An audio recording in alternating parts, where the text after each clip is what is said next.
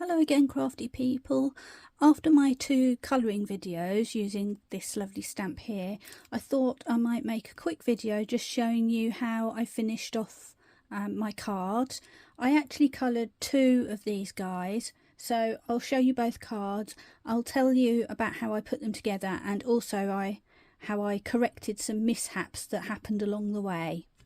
So first of all, this is the one that you saw me colour in the video. And as you can see, I have mounted it onto an A5 card. I've used some brown card. I found some green paper that I thought kind of complemented this green on the tortoise. And then I found that the image was quite big.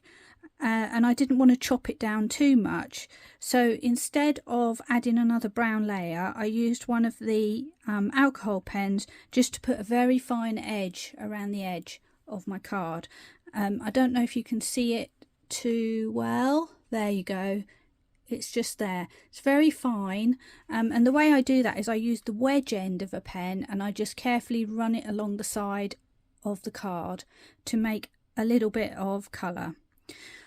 I also like to finish off the card with a little bit of doodling. I find that brings your eye more into the picture in the middle. If you don't do that, it kind of looks a bit stark and a bit stuck on. I don't know what it is about it, but it really seems to help. So I use this technique a lot, and it's just a case of don't draw a straight line, draw a wibbly line, and then do another one over the top. I coloured in my butterflies to match my heart, and then I wanted to add some movement to them, so again using my fine liner pen I just drew some little squiggles and dots so it looks like they're flying around.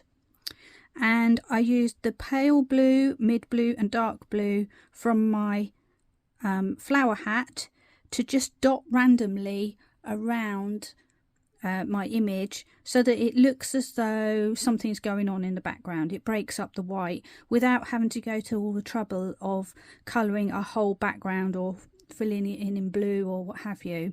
And another thing that I've done that helps, and I don't know if it will show too well on here, it's so subtle. There, you can just see it here. I take a very pale grey pen and just outline around everything.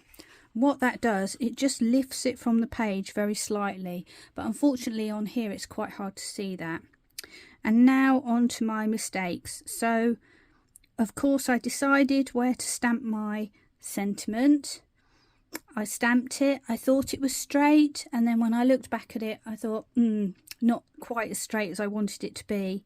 So this is a nice little trick to actually cover up a mistake.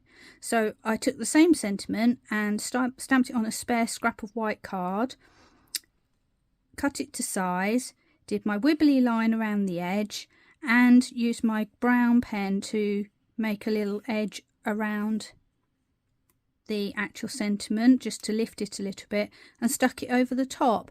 And I think by adding these extra little bits it makes it look like it's meant to be there, not like it's Tipp-Ex'd over the top or something like that.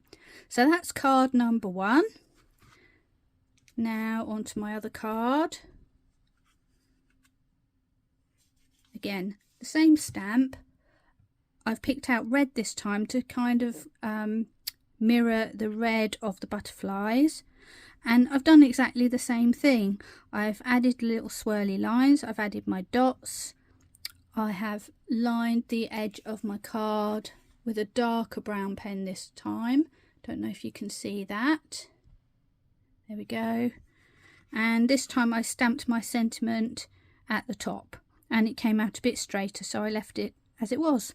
So those are my finished cards. Hope you like them. Thank you for watching and sticking with me while I went through the colouring, and I hope you found this useful.